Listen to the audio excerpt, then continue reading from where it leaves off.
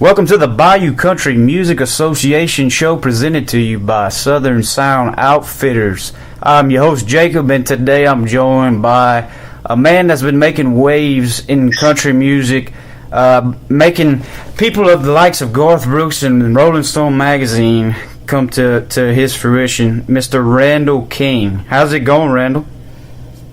Man, it's going pretty good, brother. How you doing? Man, we can't complain. Obviously, man, I'm sure you got a busy schedule. You've been having some major success with your current album that's out, but we're going to take a step back to begin and start out at the roots of Randall and get you to. I know you're from Texas, West Texas area. What is the name of the town, your hometown that you're from? Man, I'm from a little town called Hereford, Texas, brother.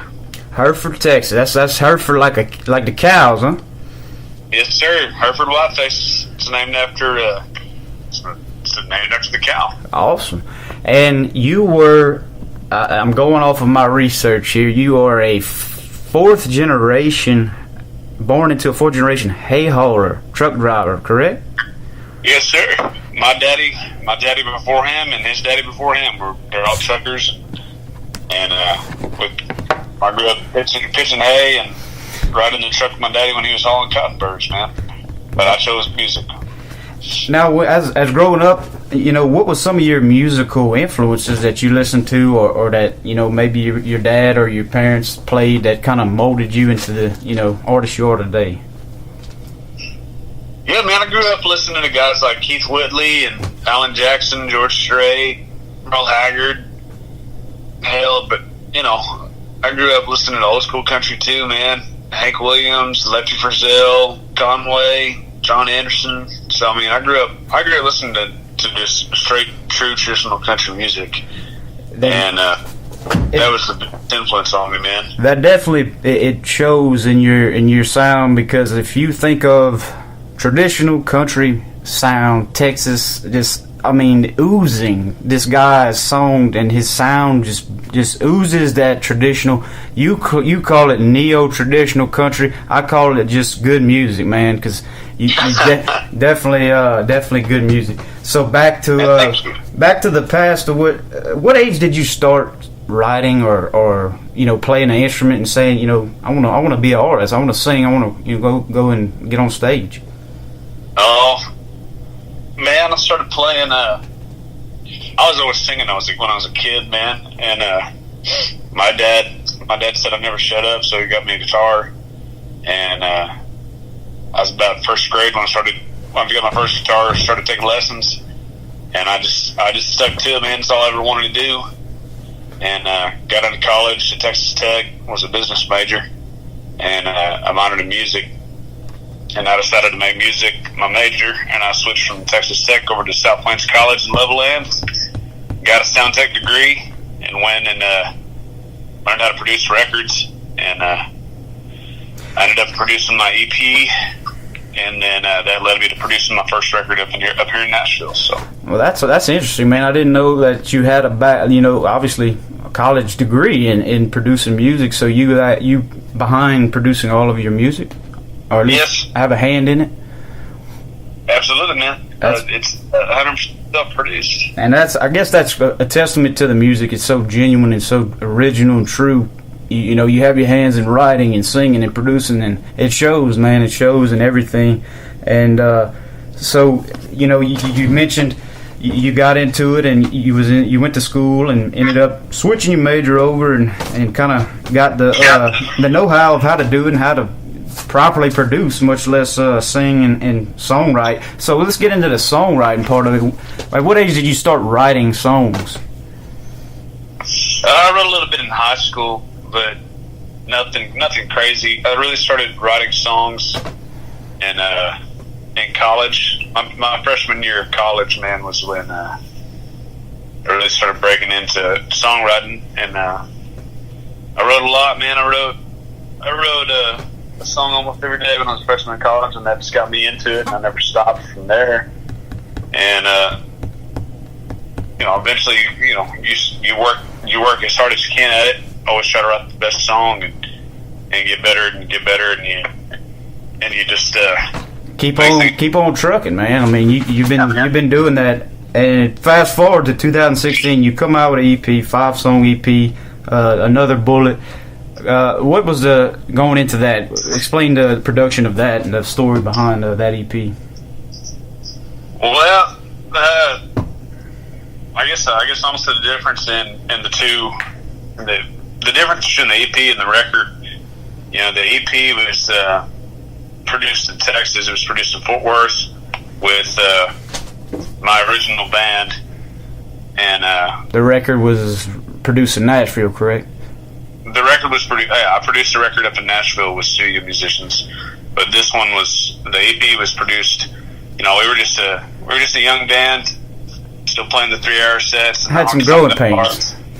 Do what? Had some growing pains. Y'all obviously learned and got more matured with everything as far as between the EP and the current record. So obviously, you know, it's still a great EP, great songs, man. But you can see the growth in your sound and your all around demeanor.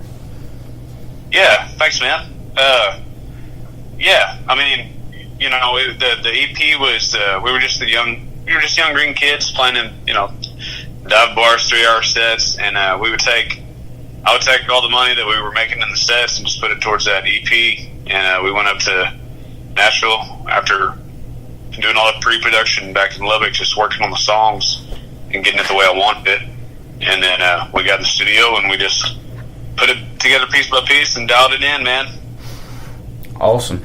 And I mean, obviously, you're Texas born and raised, and we have a fond relationship with the Texas music scene, man. It's a whole nother world of musicians, and it's almost like it's a separate venue. And you've been, you know, over the past years, been up there with all the heavy hitters in the Texas scene. You know, I know you've been with, you're good friends with Cody Johnson and all those guys. So what is it? Explain to the listeners, you know, that might not really know the Texas music scene. You're almost like a brotherhood, and you support each other, and you thrive off of that. Explain the relationships you have with Josh Ward or Cody Johnsons or the guys like that really are your competition, but in general they're family. I would never say we're competition. All the time, I mean, really, honestly, music. Everybody's music's different, man. Me and Josh and Cody our music's real close, but man, I would never say we're competition in the sense of we're just and those are some of my best friends. I'd do anything in the world for them, and Cody's more like a mentor brother to me. You know, he took me under his wing and showed me the ropes, and we've learned a lot from him, and I've learned a lot from Josh, and both great guys. We all stay in touch. It's just, you know, we text each other, we talk, and call each other on the phone. So I mean, it's you know, down here it's more of a family than anything. But it definitely is, man. And I'm from Louisiana, but I lived in Texas for several years, and lived in South Texas, lived in Mid Texas, been to West Texas. And whenever I got introduced to the Texas music scene, it was like I was a fish out of water, like never seen, you know, a whole another world. And that's what I kind of wanted to shed the light of to people that don't know, you know, maybe they're listening from north or somewhere. It is literally a family, and everybody is together, and they help each other, and they go off of it, and it's such a strong group of talent. It's crazy the amount of talent that state has. Really, all states have the talent, but man, that one is just oozing with the talent. And you know, you mentioned that Cody took you under his wing, and I mean, the things that he's accomplished as an independent guy, that, you know, selling out arenas, and it's a whole nother level, modern day George Strait type stuff. And is obviously, I'm gonna be honest, man, I love both of you guys' music, but I see yours more as a little bit different style, but both good. But I see his more as a clean cut, kind of straight, you know, George Strait, and yours more of a still clean, but you got that kind of Tracy Lawrence type, kind of taking a spin, like your song "Taking Me a Heartbreak" kind of turns it around. And you know, you take a song that means something maybe negative, and you turn it into something you can tap your boots to. So, I respect that. Thank you, man. I appreciate that a lot. So now we're gonna get to the big dog, the album that you released April 27th. Did that release change your I guess life, your career in the last few month or so? Yeah, absolutely, man. Anytime you drop that amount of songs, it's gonna affect the way that you draw a crowd. It's gonna affect your set. That in turn affects your daily life, man. And it's been doing really, really well for us. We've had a lot of big buzz about it. And honestly, man, it's a record that I'm proud of. I worked really hard on, and I put 100% of my heart into. And it showcases my personality, showcases what we can do, what we've accomplished, and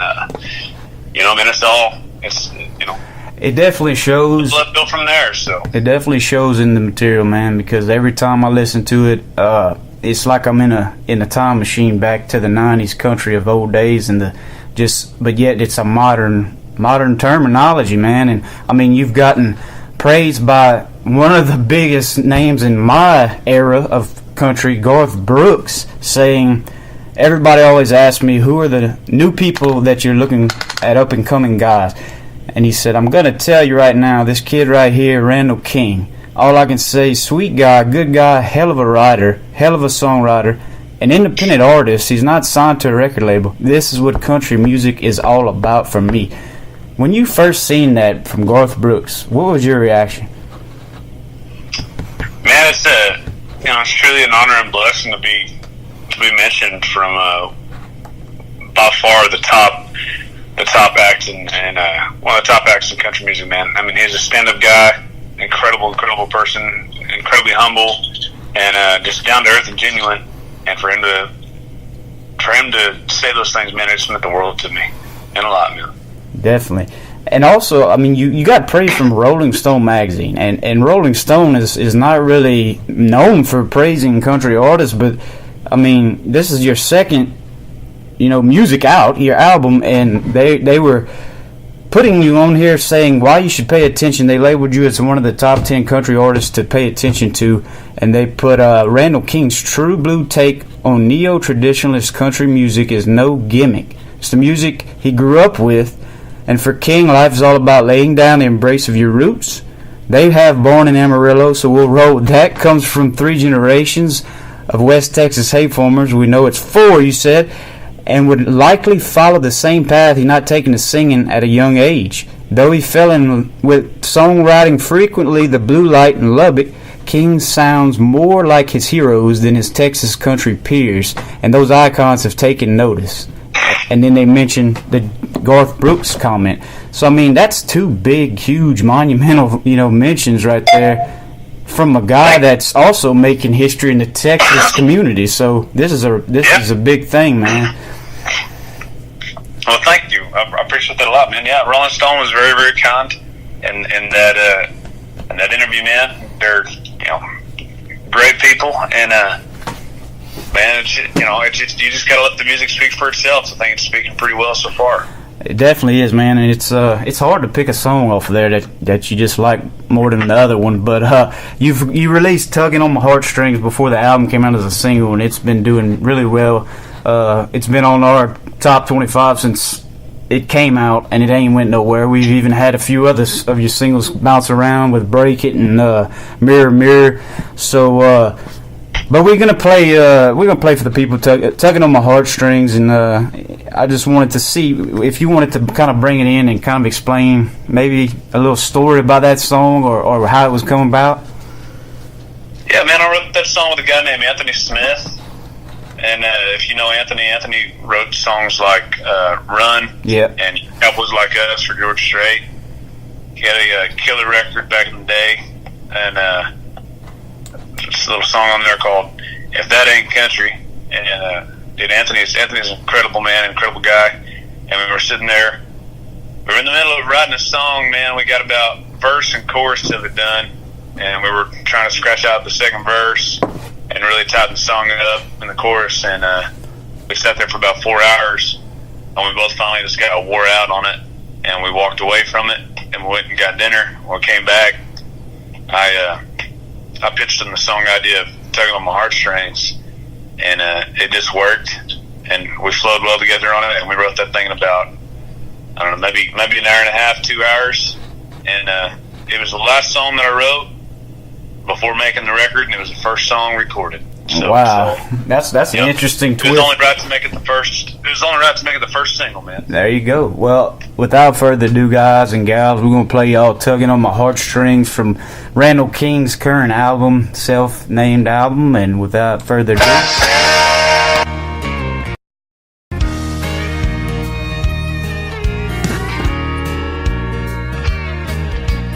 Big Mac boxes, Bud Light cans scattered all around my bachelor pad. Mud on my boots, holes in my blue jeans. Ain't never been the kind to keep my truck clean. Blowing my money on Friday nights,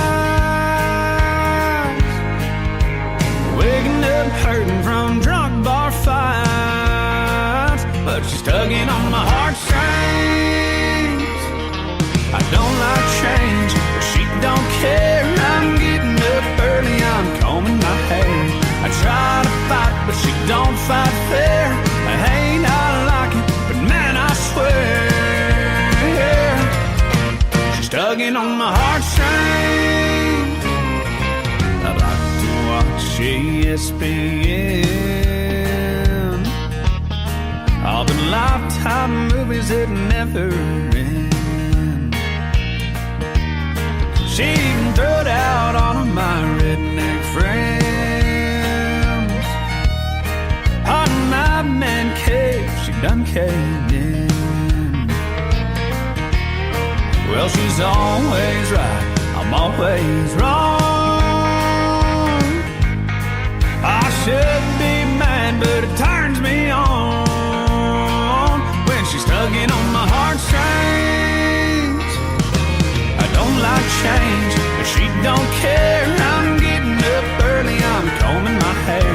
I try to fight, but she don't fight fair. I hate, I like it, but man, I swear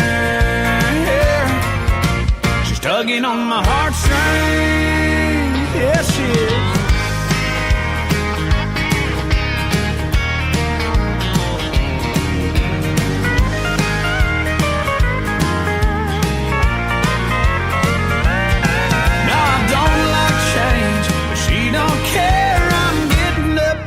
I'm combing my hair.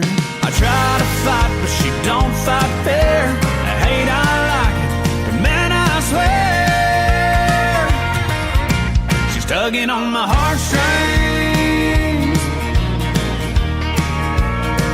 Yeah, she's tugging on my heartstrings. Well, she's tugging on my heartstrings.